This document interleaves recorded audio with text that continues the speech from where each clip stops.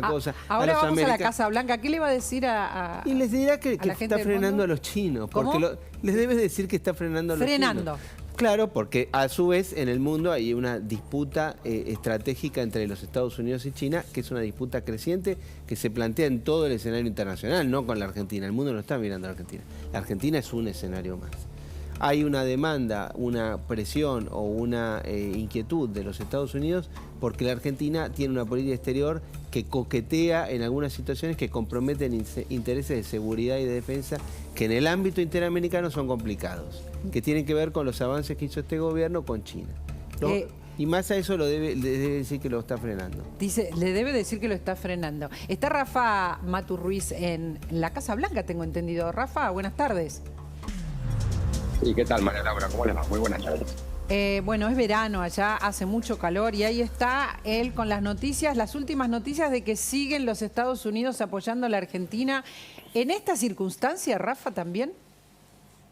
Sí. Ayer se realizó y hoy también se está realizando una conferencia organizada por la OEA, el Diálogo Interamericano y la Corporación Andina de Fomento, que de alguna forma reúne a la élite de América Latina aquí en Washington para discutir los temas de la región.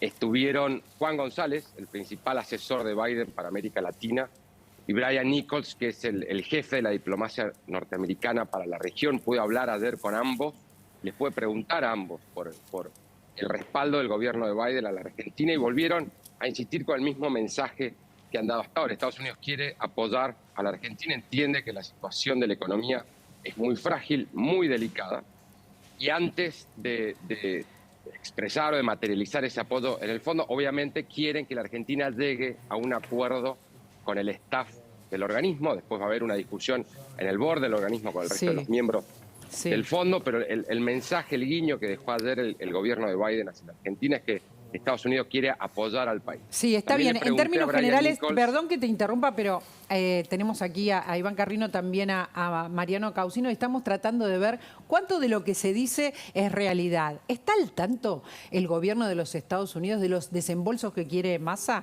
O sea, más allá de los acuerdos hasta ahora con el fondo, que ya hemos hablado, Rafa, se han ido, digamos, actualizando. ¿Está al tanto el gobierno? ¿Apoya el gobierno? ¿Avala el gobierno de los Estados Unidos estos desembolsos adelantados que está necesitando Massa del Fondo Monetario Internacional? Mira, le hice esa misma pregunta, exacta, tal cual como me la has hecho vos ahora, a Juan González ayer en esta conferencia que te estaba comentando. Él dijo que la Casa Blanca sigue muy de cerca las negociaciones entre el gobierno argentino y el Fondo Monetario Internacional. Dijo que el fondo tiene que dar una señal de que puede enfrentar el tipo de desafíos que está atravesando la economía argentina, pero sí insistió, sin responder si está a favor o no de adelantar desembolsos, ¿no? Pero sí respondió que quiere que haya un acuerdo entre el gobierno y el staff del Fondo Monetario, lo que se conoce como un acuerdo técnico antes de marcar una postura nítida. ¿Cómo se traduce eso, no? Claro, es la pregunta, del millón, ¿no? Es la pregunta del millón. Que también Mira, María Laura, no tenemos la respuesta todavía. No, porque la negociación transita bajo un hermetismo muy fuerte que suele ocurrir cuando se dan estas negociaciones entre el fondo y los gobiernos. Ahora, si Massa logra que el fondo acepte adelantar los desembolsos, si Massa logra que el staff la avale y le otorgue eso, no creo que el Estados Unidos, no creo que la Casa Blanca bloquee ese acuerdo. Ahora, sí tengo que decir que aquí en Washington cree que es muy difícil, bastante difícil, que el fondo adelante los 10.000 millones de dólares previstos para el resto del año al desembolso de junio. Ahí está, esto es lo importante. Del fondo, va a haber facilidades del fondo para evitar que la economía argentina derrape todavía más, para permitir que el año electoral transite con cierta calma y que el Frente de Todos pueda terminar con su gestión.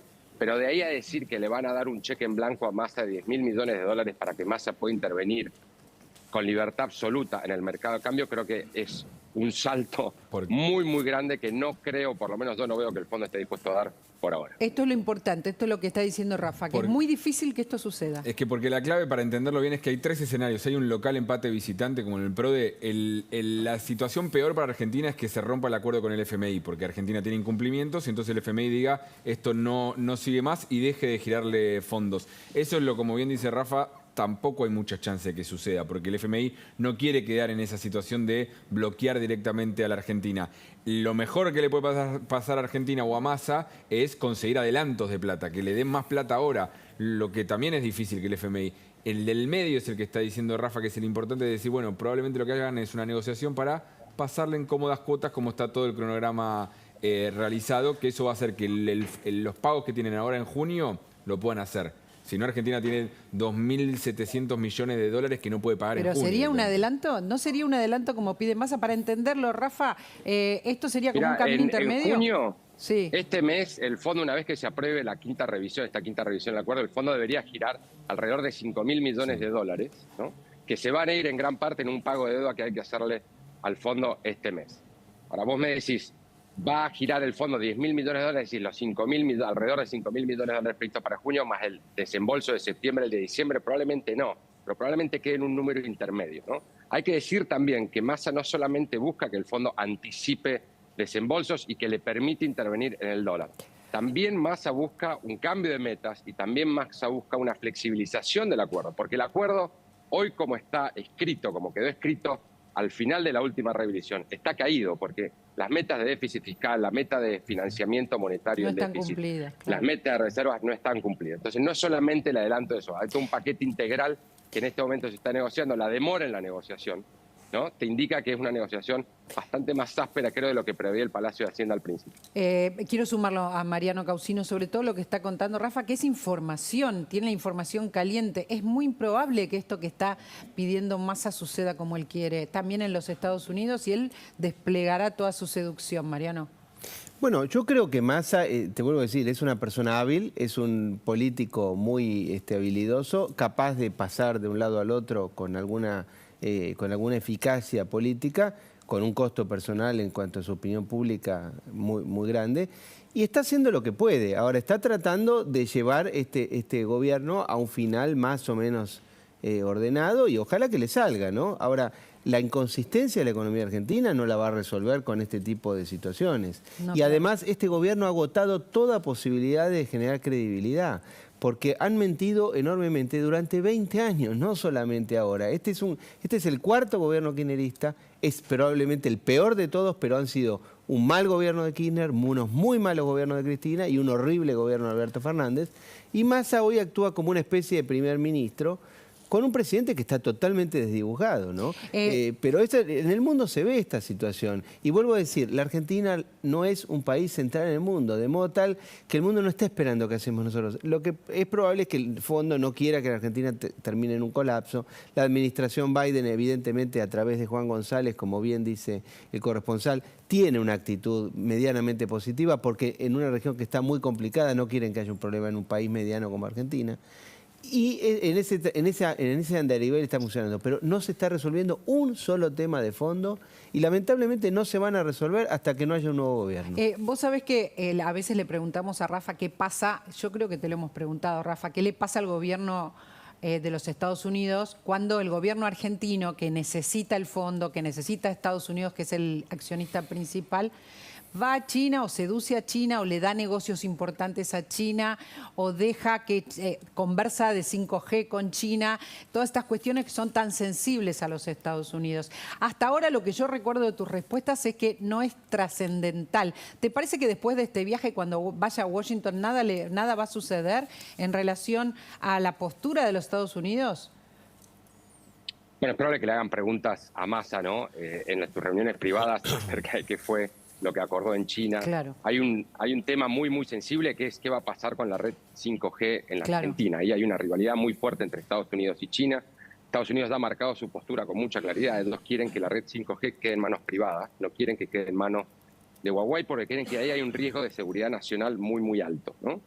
Le pregunté a Brian Nichols, el jefe diplomático para América Latina, ayer, si el viaje de Massa a China de alguna manera enturbiaba la relación o podía llegar a complicar el acuerdo con el fondo. Él me dijo que la Argentina es un país soberano y que Massa, dentro de sus responsabilidades como ministro de Economía de la Argentina, obviamente va a China para buscar o cumplir, satisfacer los objetivos del gobierno argentino, ¿no? Creo que ellos entienden que la Argentina hoy está en una posición muy delicada, que necesita financiamiento, que necesita dólares, que es una situación políticamente también muy volátil, ¿no? Claro, en la pero que se encuentra como... el país en la antesala de la campaña electoral. Ahora vos me decís, Claro, son otros temas también de los que ¿va a comprometer el hablaron. respaldo de Estados Unidos ante el Fondo Monetario Internacional? ¿Va a generar un quiebre en la relación bilateral que Massa va a dar a China? No, no, no. De hecho, No, claro. Estados Unidos también Quiebre mantiene, no. por ejemplo, relaciones, por ejemplo, con China, ¿no? Sí, sí. Estados Unidos también tiene relaciones con China, mantiene relaciones, por ejemplo, con Arabia Saudita, por mencionarte un régimen autoritario bastante controvertido hoy en el escenario global. Ellos entienden que en este mundo los países mantienen intereses diversos, ¿no?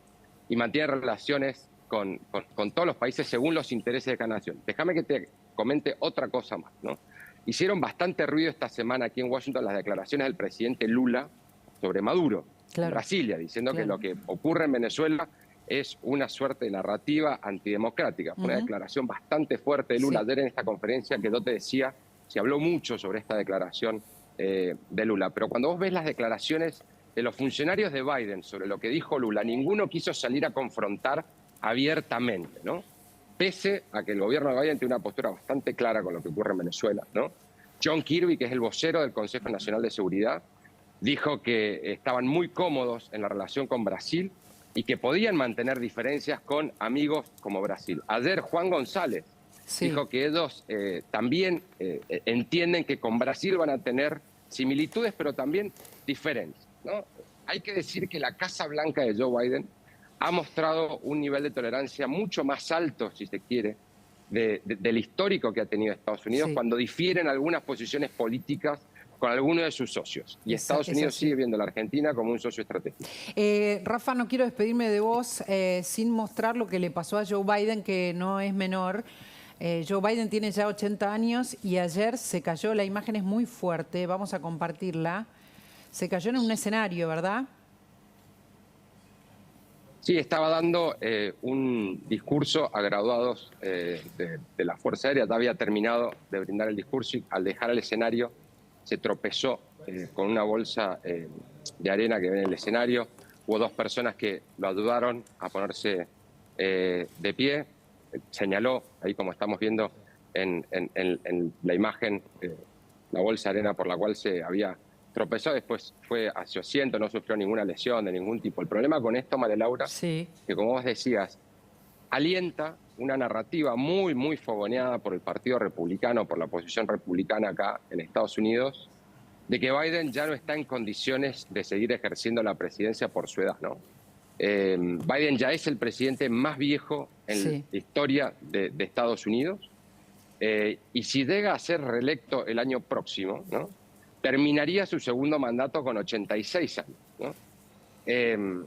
Personalmente creo que si Biden tuviera 10 años menos, esto no sería un tema de comentarios o un tema político aquí en Estados Unidos, pero su edad va a ser inevitablemente, creo yo, uno de los temas de la campaña presidencial el año próximo. Va a ser un tema que Donald Trump y el resto de los candidatos republicanos van a explotar, porque hay una cualidad, que podría decir, o una... La presidencia de Estados Unidos exige un cierto desempeño visual, ¿no? Claro. Eso lo hemos visto en casi todos los últimos mandatarios de Estados Unidos.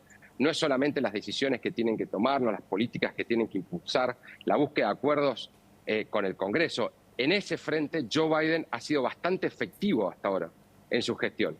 Pero también son los discursos, son los viajes, son las presentaciones en público, son las conferencias de prensa, son las entrevistas televisivas. Y en ese frente, yo creo que Biden, por su edad y por este tipo de episodios, es donde enfrenta las mayores críticas, ¿no? Claro. Si vos te fijás, en términos, por ejemplo, de entrevistas uno a uno con la televisión o en la cantidad de conferencias de prensa que se da en la Casa Blanca, Biden está muy rezagado respecto a lo que hacían sus antecesores, Donald Trump o Barack Obama. De hecho, cada vez que viene un presidente extranjero aquí a la Casa Blanca, solía haber antes una conferencia de prensa conjunta, pero te cito dos casos, ¿no? Pedro Sánchez, que estuvo hace poco acá en la Casa Blanca, y el propio Lula, terminaron respondiendo preguntas de los periodistas aquí a mis espaldas en la entrada de la residencia oficial, no en una conferencia de prensa conjunta. Eso no ha sido una casualidad. Creo que la Casa Blanca de alguna manera también está tratando de blindar al presidente, evitar la exposición muy brusca al presidente, sobre todo para evitar este tipo de episodios como el que vimos acá.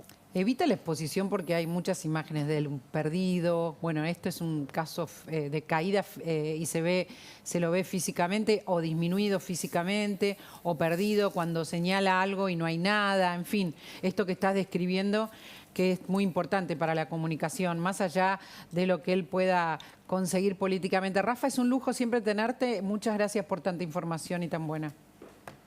No, por favor, cuídense mucho. Está aquí Mariano Causino y le vamos a